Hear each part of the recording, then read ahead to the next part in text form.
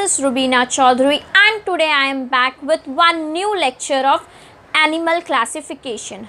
Students, so far in animal classification we have discussed what is history of animal classification, what is need of animal classification, then we have seen traditional method of animal classification and conventional method of animal classification as well. Student, in my previous lecture I have explained you about 10 phylums which we see in animal classification. Now students, moving ahead we are going to talk about new criteria on which animals are classified and which is followed today itself, students. So today we are going to talk about some criteria on the basis of which we have made those 10 phylums. We have phylum Porifera, we have phylum Cnidaria, we have phylum Platyhelminthes, Escalimenthes and all the 10 phylums, students. So there are certain characteristics which are taken into consideration and then we place these animals into a particular phylum. So we are going to talk about the criteria of animal classification. So the very first criteria, students, for animal classification comes up as a grade of organization. There are total 5 to 6 criteria which we are going to study. Student, if you understand this criteria very well, then the study of whole 10 phylums become very easier for you. Let us talk about the first criteria, and my first criteria tell us as a grade of organization. Grade of organization.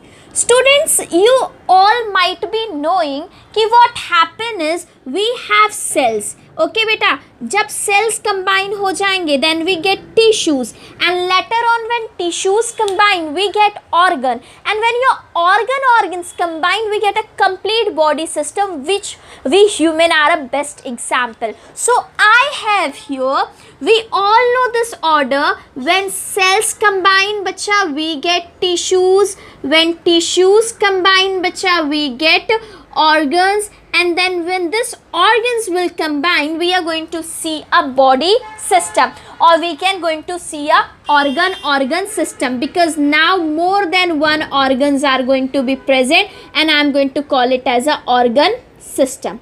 Okay students, so bacha you know कि organisms are made up of cells. Organisms are made up of cells, or they can be made up of a tissue, or they can be made up of an organ, or they can have an organ system.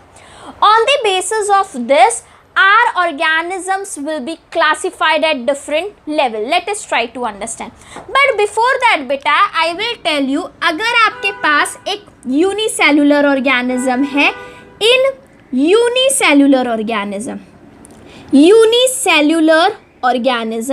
अगर मेरे पास कोई unicellular organism है, that means it is very clear students कि इसकी body में सिर्फ एक cell है. There is only one single cell. In unicellular organism there is a single cell and that single cell has to perform a various function. एक cell है लेकिन body में ढेर सारे फंक्शंस हो रहे हैं, तो आपके एक ही सेल को क्या करना पड़ेगा बेटा, बहुत सारे फंक्शंस को परफॉर्म करना पड़ेगा. तो in unicellular organism there is one single cell perform various function. One single cell performs various function, बहुत सारे फंक्शंस जो है आपका एक सिंगल सेल परफॉर्म करेगा.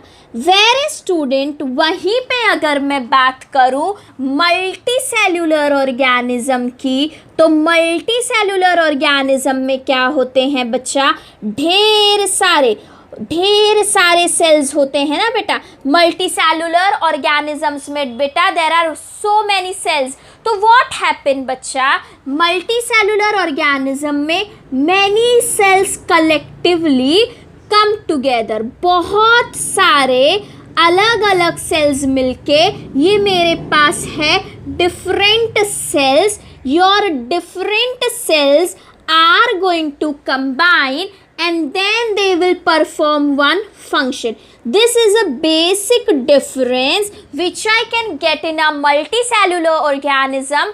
Beta, in multicellular organism, when various cells combine together and they perform one function, यहाँ पे होता है various cells come together and perform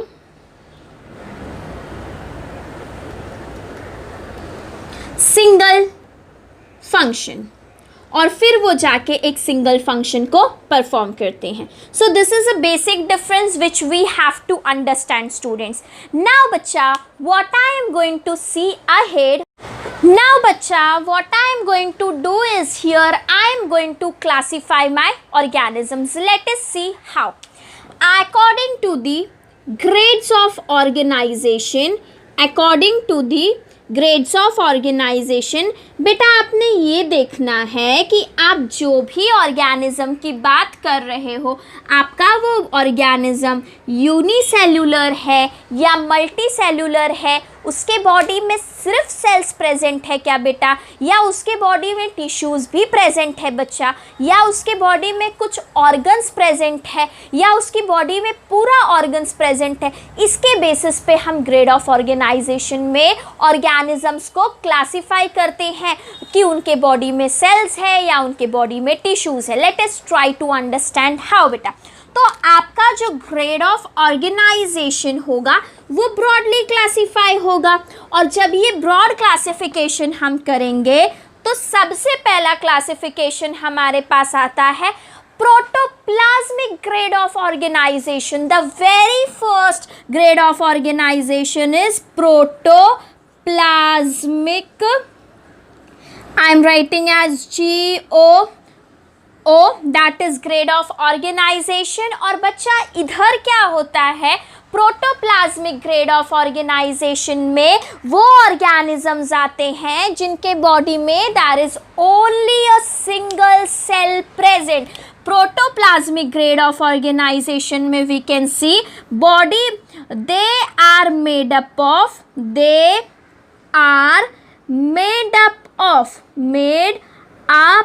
of single cell. इनकी बॉडी सिर्फ सिंगल सेल से बनी हुई है. They are made up of a single cell. और बच्चा इसका अगर हम एग्जाम्पल ले लेना प्रोटोप्लाज्मिक ग्रेड ऑफ ऑर्गेनाइजेशन का, तो what is best then amoeba.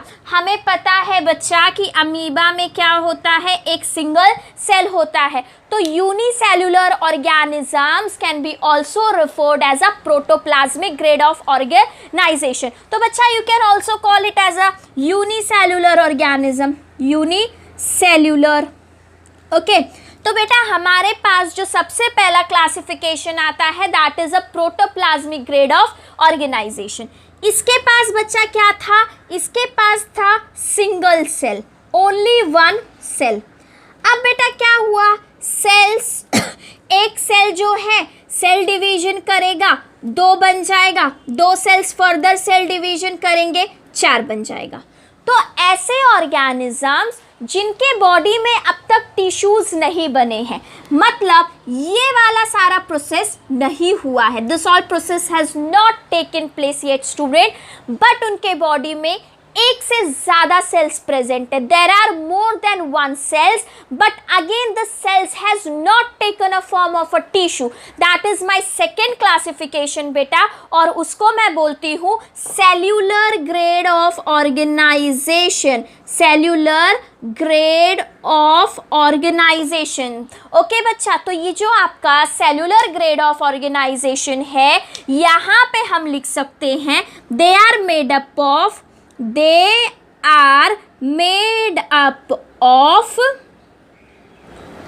more than one cell. इनके बॉडी में एक से ज़्यादा सेल प्रेजेंट है, but tissue are not formed. But tissues नहीं बने हैं बच्चा, एक से ज़्यादा सेल्स तो है लेकिन टिश्यू नहीं बने हैं. And the example for this is going to be a example Porifera. Phylum Porifera के अंदर जो ऑर्गेनिजम्स आते हैं बेटा, they are going to show up cells which is more than one, but in poriferans there is no formation of tissue, so we can call it as a cellular grade of organisation. I hope you have understood it. Now बच्चा, एक cell था, एक से ज़्यादा sales हो गए, तो I hope you are understanding हमारा नेक्स्ट क्या आएगा। हमारा नेक्स्ट ऑर्गेनाइजेशन जो होगा उसके पास टिश्यूज भी बन चुके होंगे। Their body will consist of tissues along with cells. So my next classification, dear students, is going to be a cell tissue grade of organization, cell tissue grade of organization। बच्चा यहाँ पे क्या हो गया है, there along with cells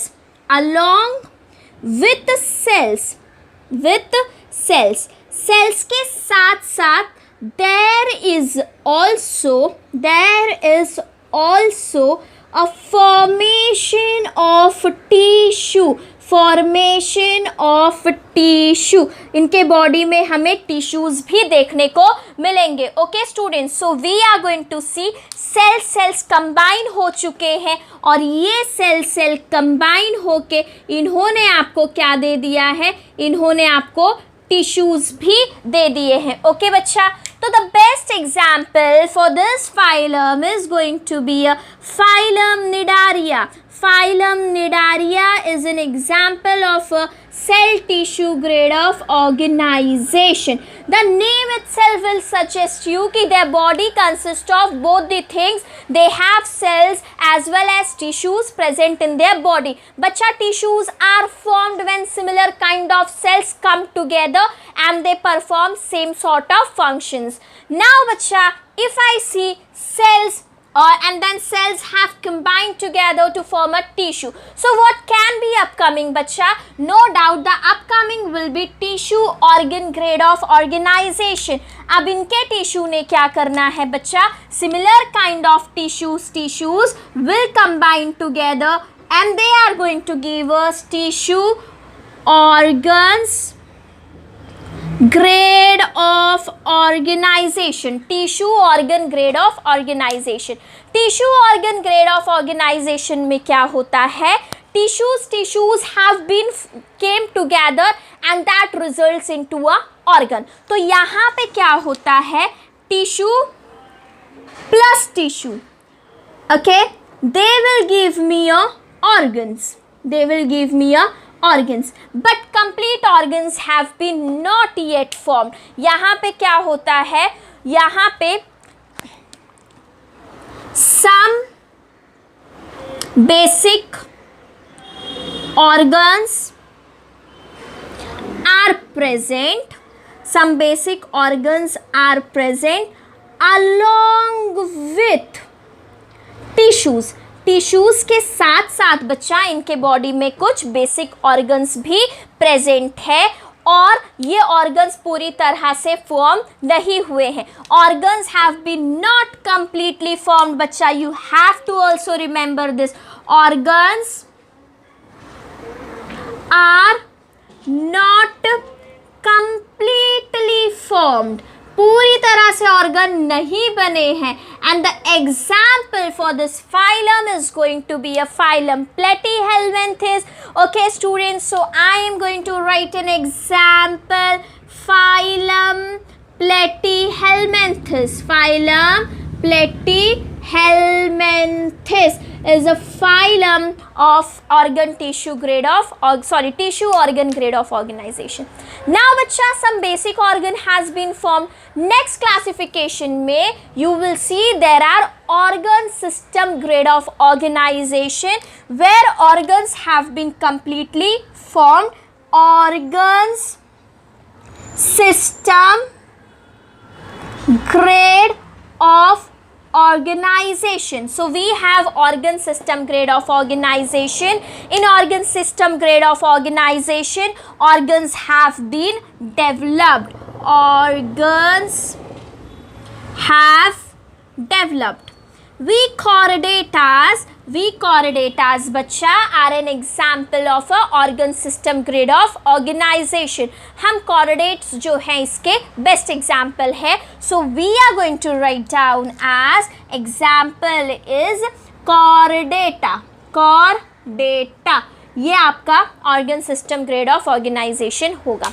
बच्चा हम क्या पढ़ रहे हैं? हम क्राइटेरिया ऑफ एनिमल क्लासिफिकेशन पढ़ रहे हैं. हमें कुछ क्राइटेरिया चाहिए था जिसके बेसिस पे हम एनिमल्स को क्लासिफाई कर सके. तो वी हैव सीन, सबसे पहली चीज़ हम क्या देखेंगे कि उनकी बॉडी बनी किससे है. उनकी बॉडी किससे बनी है बेटा? उनकी बॉडी सेल से बनी है, उनकी बॉडी टिश्यूज से बनी है. उनके बॉडी में सेल्स टिश्यूज दोनों प्रेजेंट है, या टिश्यू ऑर्गन प्रेजेंट है, या सिर्फ ऑर्गन प्रेजेंट है. तो that is my very first criteria on which I am going to classify animal, and that is known as a students criteria of animal classification, in which I have discussed about grade of organisation. बच्चा ये पहला criteria था, but there are many more which are going to come ahead. Okay students, तो हम अब अपने second criteria पे बढ़ेंगे. But before that take screenshot. Okay students, so I hope you are done with screenshot. तो अब हम अपने सेकेंड क्राइटेरिया के बारे में बात करते हैं. बेटा आपने डिसाइड देख लिया कि आपका जो ऑर्गेनिज्म है वो किससे बना हुआ है, ठीक है बच्चा. तो अब आप बेटा ये देखोगे कि उसकी बॉडी सिमेट्री कैसी. अब ये बॉडी सिमेट्री कैसे चेक करते हैं, डोंट वरी स्टूडेंट्स, वो मैं आपको अभी बताने वाली हूँ. तो now we are going to talk about body symmetry. हमारा सेकेंड क्राइटेरिया जो है उसे हम बोलते हैं बॉडी सिमेट्री. अब बेटा ये बॉडी सिमेट्री में क्या होता है, let us try to understand. बेटा when you look at my body, okay, जब आप मेरी बॉडी को देखोगे और मैं आपको बोलूँ कि मेरे बॉडी को कुछ इस तरह से कट डाउन किया जाए, इमेजिनरी सेक्शन की बात कर रही हूँ बेटा, इमेजिनरी कटिंग की बात कर रही हूँ. इमेजिनरी अगर मेरे बॉडी को दो हाफ में कट किया जाए तो ऐसे कहाँ से कट कर सकते हैं कि मुझे दो इक्वल हाफ मिल सके. तो बेटा अगर मेरे सेंट्रल एक्सिस से मुझे काटा जाए तो जैसे मेरे इस तरफ ऑर्गन्स हैं वैसे सेम ऑर्गन्स मेरे राइट हैंड साइड पे भी है. तो यहाँ से मैं ये बोल सकती हूँ, if imaginary line is pass from central axis of the body, तो हमें दो इक्वल हाफ मिल जाएगा. बट यहीं पे अगर मेरे पास ऐसा कुछ बिल्कुल ही अमीबा है जिसका कोई शेप नहीं है, पूरी तरह से डिफॉर्म है, and I am telling you बच्चा कि मुझे बताओ कि तुम इसको कहाँ से कट डाउन करोगे तो तुमको दो इमेजिनरी हाफ मिलेंगे. तो आप बोलोगे मैम इसको तो हम कहीं से भी कट कर ले, हमें दो इमेजिनरी लाइन मिलने वाला नहीं है. तो कुछ ऐसे ऑर्गेनिजम्स होते हैं जिनके बॉडी को हम इक्वली टू हाफ में डिवाइड कर लेते हैं, लेकिन सिर्फ सेंट्रल एक्सिस से पास करके. कुछ ऐसे होते हैं जिनको हम ब्रेक कभी भी टू इक्वल हाफ में डिवाइड नहीं कर पाते हैं. अब यहीं पे बेटा अगर मेरे पास समझ लो स्टार फिश आ जाए, और ओके स्टूडेंट्स अब मेरे आर्म्स उतने एक्यूरेट नहीं बने हैं, और मैं स्टार फिश को बोलूँ बच्चा कि आप इस स्टार फिश को कुछ ऐसे कट करो कि आपको दो इक्वल हाफ मिल जाएंगे, तो आप बोलोगे मैम मैं इसको अगर यहाँ से कट करता हूँ तो भी दो इक्वल हाफ मिल जाएंगे, अगर मैं इसको यहाँ से कट कर दूँ तो भी दो इक्वल हाफ मिल जाएंगे. तुम बोलोगे मैम कि हमने तो सिर्फ इसको रेडियस रख के कहीं से भी काट दो इक्वल हाफ मिल जाएंगे. तो ऐसे कुछ ऑर्गेनिजम्स होते हैं जिनको हम सिर्फ रेडियस कंसीडर करके कहीं से भी कट कर दे हमें क्या मिल जाएगा, टू इक्वल हाफ मिल जाएगा. यही बना हमारा second criteria for animal classification. Body में सिमेट्री है कि नहीं है, अगर है तो कैसी है, सिर्फ सेंट्रल से काटने पे दो हिस्सा मिलेगा या रेडियस को ध्यान में रख के कहीं से भी कट कर दो वहाँ से दो पार्ट मिल जाएगा. तो that is what I am going to talk about बेटा. तो हमारा जो दूसरा टॉपिक है that is going to be a body symmetry. Try to take a imaginary sorry students, you have to try to take a imaginary section.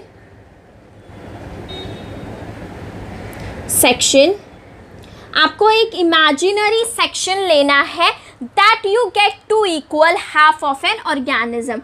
To get 2 equal half, ताकि हमें क्या मिल जाए बच्चा, 2 equal half मिल जाए. तो इसके basis पे हम क्या करने वाले हैं, we are going to classify animals as body symmetry के बेसिस पे हम एनिमल्स को कुछ इस तरह से क्लासीफाई करेंगे. जो मेरे पास सबसे पहला क्लासिफिकेशन होगा, that classification is going to be asymmetrical. और मैं असिमेट्रिकल में सबसे पहले देखूंगी एग्जाम्पल. तो अगर मेरे पास ऐसा कुछ अमीबा है तो मैं इस अमीबा को कहीं से भी कट डाउन करूं बच्चा, हमें कोई कभी भी 2 इक्वल हाफ नहीं मिलेंगे. No imaginary axis through which body can be divided into 2 equal half. वो organisms in no imaginary axis in which body can be divided into 2 equal half. ऐसे ऑर्गेनिजम्स जिनकी बॉडी को हम कभी भी 2 इक्वल हिस्से में डिवाइड नहीं कर सकते हैं बेटा, उनको हम असिमेट्रिकल बोलते हैं. इनकी बॉडी में हमें 2 इक्वल हाफ नहीं मिलते हैं and that's why I am going to call it as asymmetrical. दूसरा है हमारे पास radial symmetry.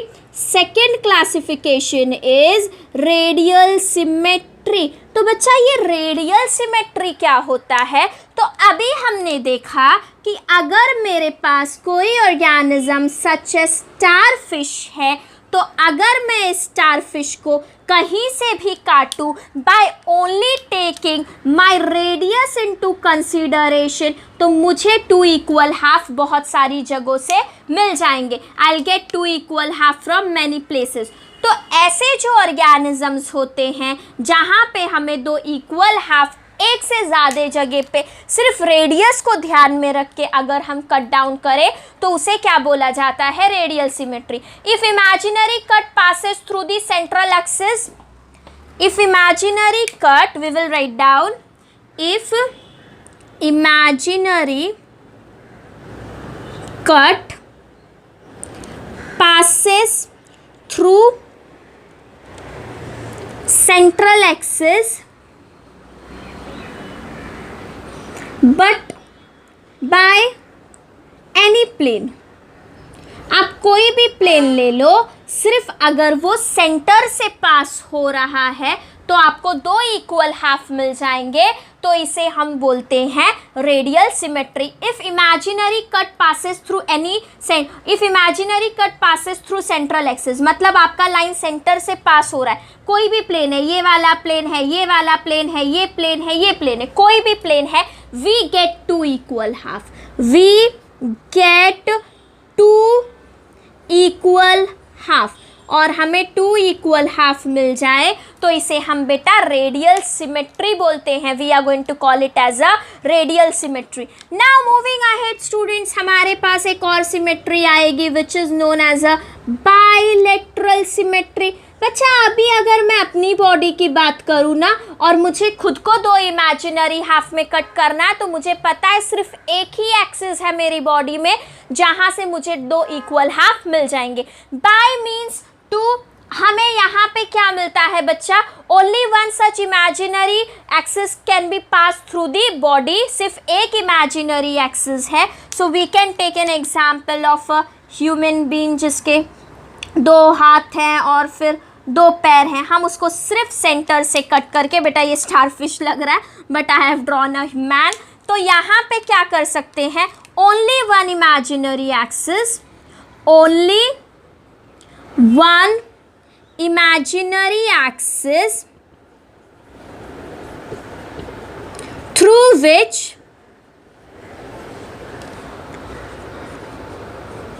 we get 2 equal half.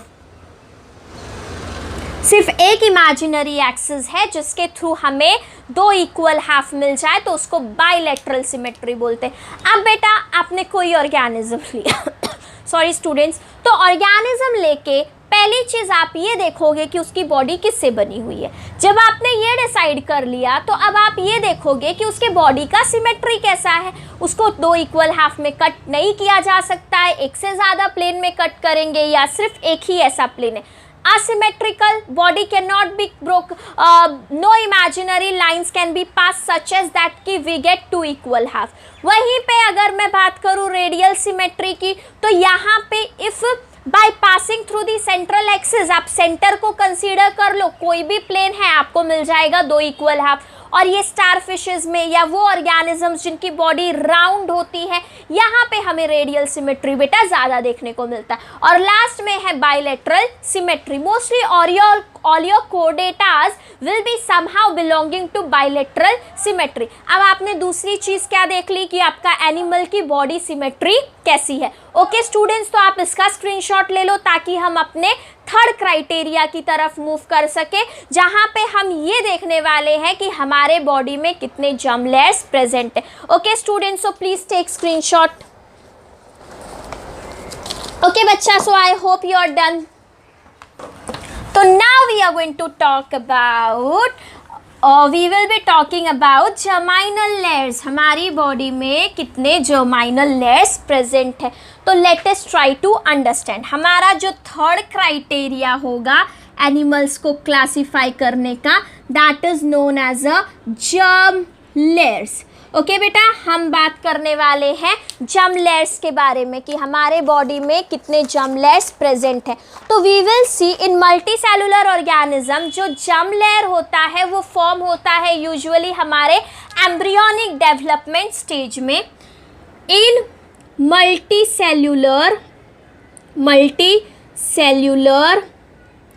Organism germ layers are formed during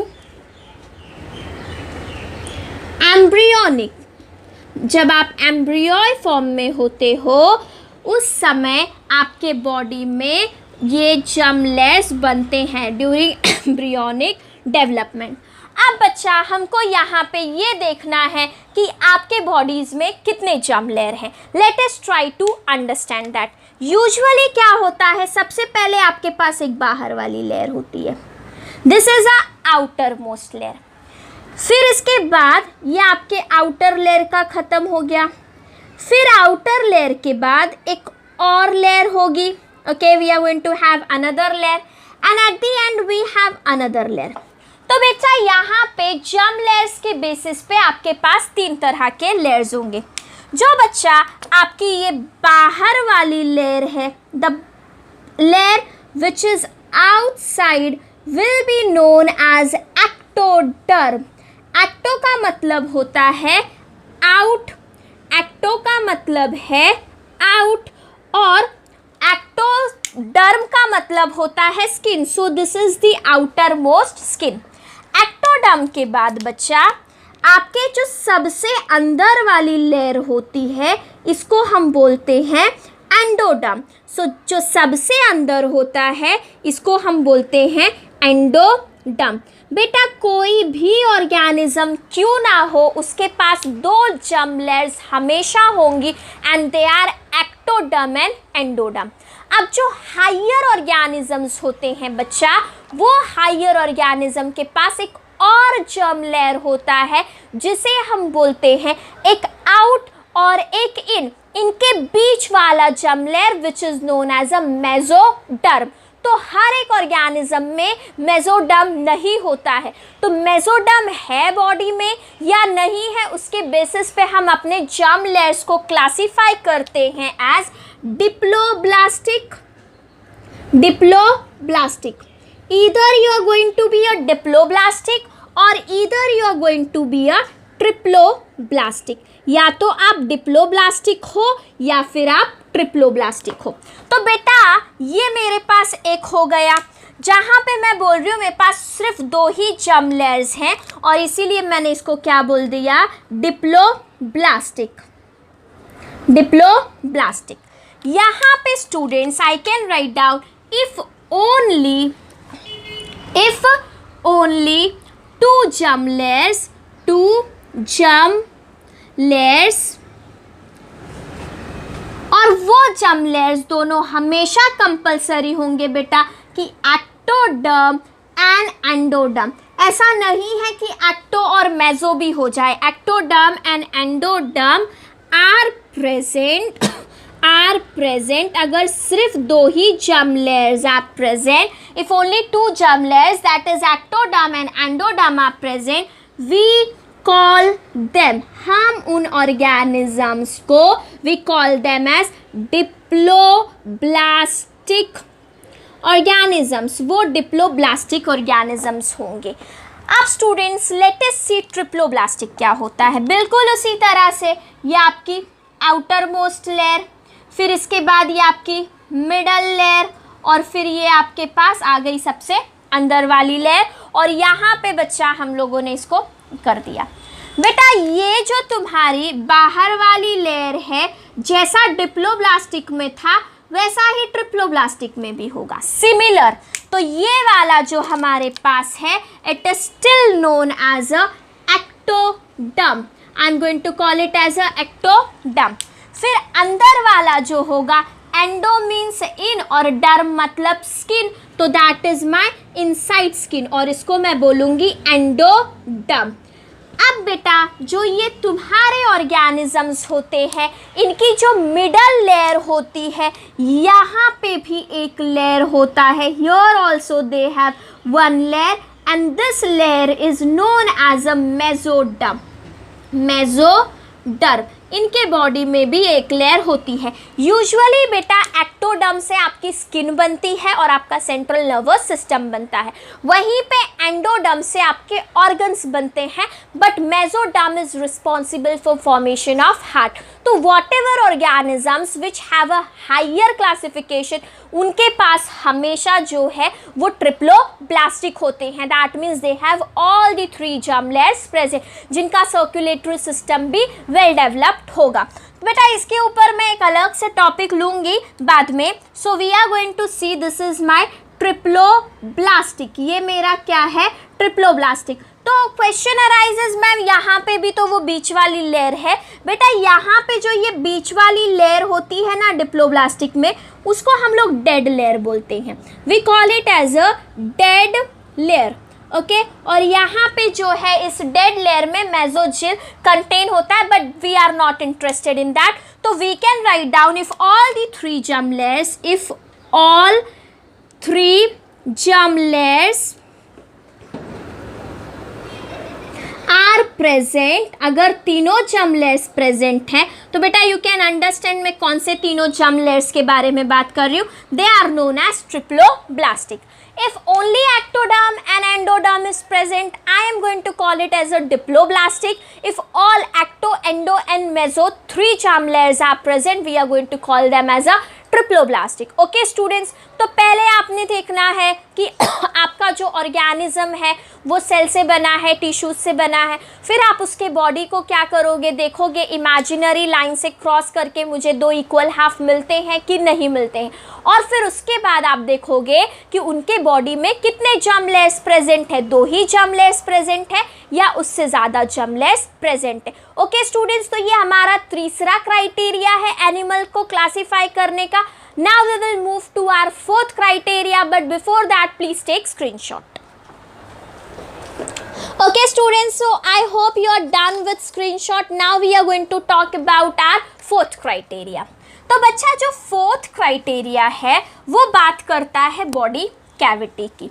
Now we have to see कि अगर कोई ऑर्गेनिज्म है और उसके बॉडी में एम्प्टी स्पेस है, खाली जगह है, then we are going to call it as a body cavity. और अगर नहीं है तो हम उसको क्या बोलेंगे, this is what we are going to see students. Okay students, so we are going to talk about fourth classification and that is known as a body cavity.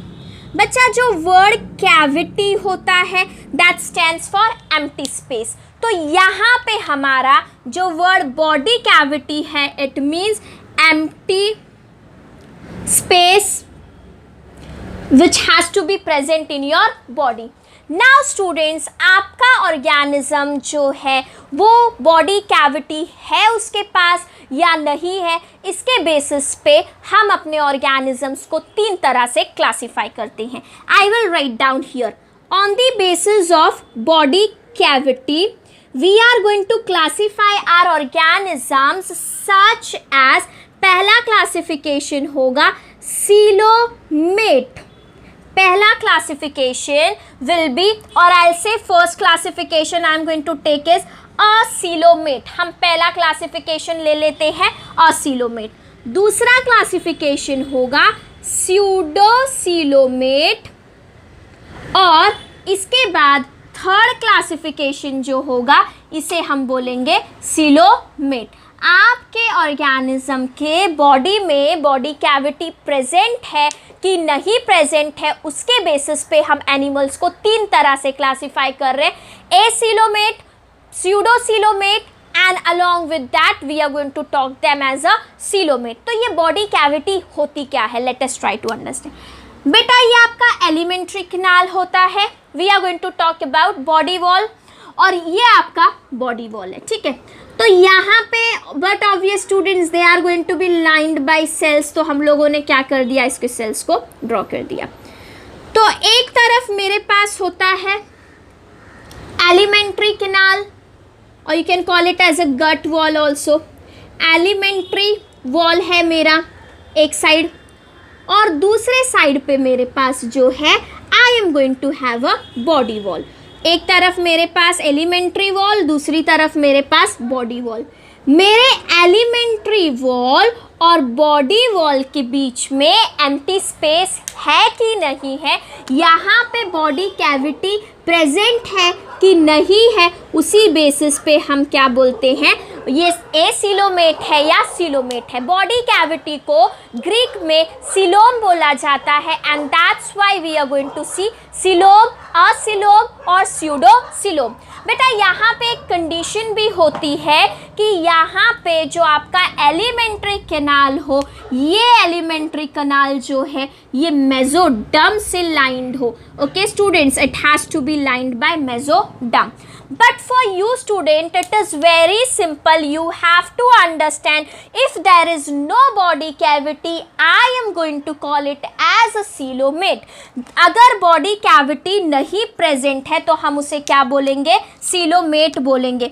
If there is no body cavity, अगर कोई body cavity नहीं present है तो बेटा हमने उसको coelomate बोलना है. If there is no body cavity we are going to call it as a coelomate, that means without body cavity. और बच्चा यहाँ से सीलोमेट तो बड़ा इजीली समझ रहा होगा कि अगर बॉडी कैविटी है तो हम उसको क्या बोलेंगे, we are going to call it as a coelomate. तो बच्चा यहाँ पे क्या होता है, if there is presence, if there is presence of body cavity, अगर बॉडी कैविटी का प्रेजेंस है तो हम उसको क्या बोलेंगे बच्चा, हम उसको सीलोम बोलेंगे. I hope you are understanding my point. तो students now question arises, what is pseudocoelomate. Pseudo का मतलब होता है फॉल्स और सेलोमेट मीन्स बॉडी कैविटी, मतलब इनके बॉडी में फॉल्स बॉडी कैविटी प्रेजेंट है. ऐसा क्यों बोला गया है बच्चा. अब यहाँ पे ये आपको कंडीशन दी हुई है सीलोमेट की कि आपके एलिमेंट्री कैनाल मतलब आपके गट वॉल और बॉडी वॉल के बीच में अगर खाली जगह है तो उसको हम क्या बोलते हैं, सीलोमेट बोलते हैं. बट एक कंडीशन दी हुई है और वो कंडीशन है मेसोडर्म. ये जो आपका एलिमेंट्री कैनाल है it should be always lined with mesoderm. तो जो स्यूडोसीलोमेट होते हैं ना बेटा, वहाँ पे होता ये है कि बिल्कुल स्पेस प्रेजेंट है एलिमेंट्री कैनाल और बॉडी वॉल के बीच में. But when you see it in a deeper way तो you will see they are not lined by mesoderm. तो उनके बॉडी में ट्रू बॉडी कैविटी नहीं प्रेजेंट है. इफ़ आई सी, अगर मैं ऐसे ही देखूं तो आई विल सी, मुझे ऐसा नज़र आएगा कि बॉडी कैविटी प्रेजेंट है, बट एक्चुअल में वो बॉडी कैविटी प्रेजेंट नहीं है. तो बच्चा what is pseudocoelomate. In pseudocoelomate coelomate. True body cavity is absent. True body cavity is absent. True body cavity नहीं है. ओके बेटा, तो यहाँ पे हमने क्या करा, अपना फोर्थ क्राइटेरिया देख लिया. पहले हम देखेंगे किससे बना है, सेल से बना है, टिश्यू से बना है, ऑर्गन से बना है. फिर हम देखेंगे कि बॉडी सिमेट्री कैसी है, उनके बॉडी को दो पार्ट्स में डिवाइड किया जा सकता है या नहीं. इफ़ यस तो रेडियल है या बाइलेटरल है. Then we are going to talk about germ layers, whether they are diploblastic or they are going to be a triploblastic. Once this is done, we are going to see whether they have a body cavity present in their body or not. Now students, we are going to talk about our last criteria, and that is known as a segmentation. Okay students, so let us try to understand what is my fifth and last criteria on the basis of which I am going to classify it. तो बच्चा, जो हमारा पांचवा criteria है, that is known as a segmentation. Segmentation. बेटा, segmentation किसको बोलते हैं? अगर animals, okay, I take here segmentation. Segmentation is called as, अगर बॉडी पे छोटे छोटे लाइनिंग्स प्रेजेंट है, पार्टीशंस प्रेजेंट है, डिजाइन प्रेजेंट है, तो we are going to call it as a segmented body. If I am going to talk about if a body of animal is divided into small units or segment. If body of animal is divided into small segments or units, it is called as a segmented body. तो segmentation है body पे कि नहीं है, इसके basis पे animals को दो तरह से क्लासिफाई किया जाता है. एक बोला जाता है सेगमेंटेड बॉडी और दूसरा बोला जाता है नॉन सेगमेंटेड बॉडी. तो बेटा, सेगमेंटेड बॉडी में क्या होगा, सेगमेंटेड बॉडी में लाइनिंग्स प्रेजेंट होंगे और नॉन सेगमेंटेड बॉडी में क्या होगा, नो सेगमेंट्स. तो इनके बॉडी में क्या होगा, सेगमेंट्स प्रेजेंट. अब वो सेगमेंट सिर्फ ऊपर है या अंदर तक है, that we will see in our coming phylums. और यहाँ पे नो सेगमेंट्स आर प्रेजेंट, कोई सेगमेंट यहाँ पे प्रेजेंट नहीं है. इस तरह से हमारे पांचों क्राइटेरियाज हो गए हैं बेटा एनिमल क्लासिफिकेशन के. यहाँ पे हमने देखा है कि हम एनिमल्स को क्या कर सकते हैं, पांच फंडामेंटल चीज़ें हैं जो हम चेक करेंगे. सेल से बने हैं, मतलब grade of organisation, whether they are made up of cell, tissue और anything. We will firstly check grade of organisation बेटा. फिर हमने बात करनी है उसकी बॉडी सिमेट्री की. फिर हमको देखना है उसकी बॉडी में जो है जर्म लेयर्स कितने हैं, बॉडी कैविटी है कि नहीं है, और लास्ट में बॉडी के ऊपर सेगमेंट्स है कि नहीं है. बेटा, ये जो क्राइटेरिया है, इसी के बेसिस पे हम अपने अपकमिंग फाइलम्स को पढ़ने वाले हैं. Now students, from my upcoming lectures में आपको सारे फाइलम्स जो है वो पढ़ाऊंगी और फाइलम्स को लर्न करने के लिए शॉर्ट ट्रिक्स दूंगी. होता क्या है बेटा, 10 फाइलम्स है, बहुत सारी इनके बीच में सिमिलैरिटीज़ होंगी, तो एट दी एंड क्या होता है, हम अभी पढ़ लेते हैं, बट बाय द टाइम जब एग्जाम आता है तो सारे 10 फाइलम्स आपके दिमाग में एक साथ ही फिट हो गए. You are not able to differentiate कि पॉरीफेरा के क्या कैरेक्टरिस्टिक्स थे, तो निडारिया के क्या थे, तो तुम्हारा एस्केलिमेंथस और प्लेटीहेलमिन्थस में क्या डिफरेंस था. So students, you don't need to worry about that. मैं पहले आपको फाइलम्स पढ़ाऊंगी और उनके बाद उन फाइलम्स को लर्न करने के लिए कुछ शॉर्ट ट्रिक्स दूंगी जो आपके लिए बहुत ही बेनिफिशियल होंगे. Okay students, so that's all for today. Thank you and keep watching my lectures.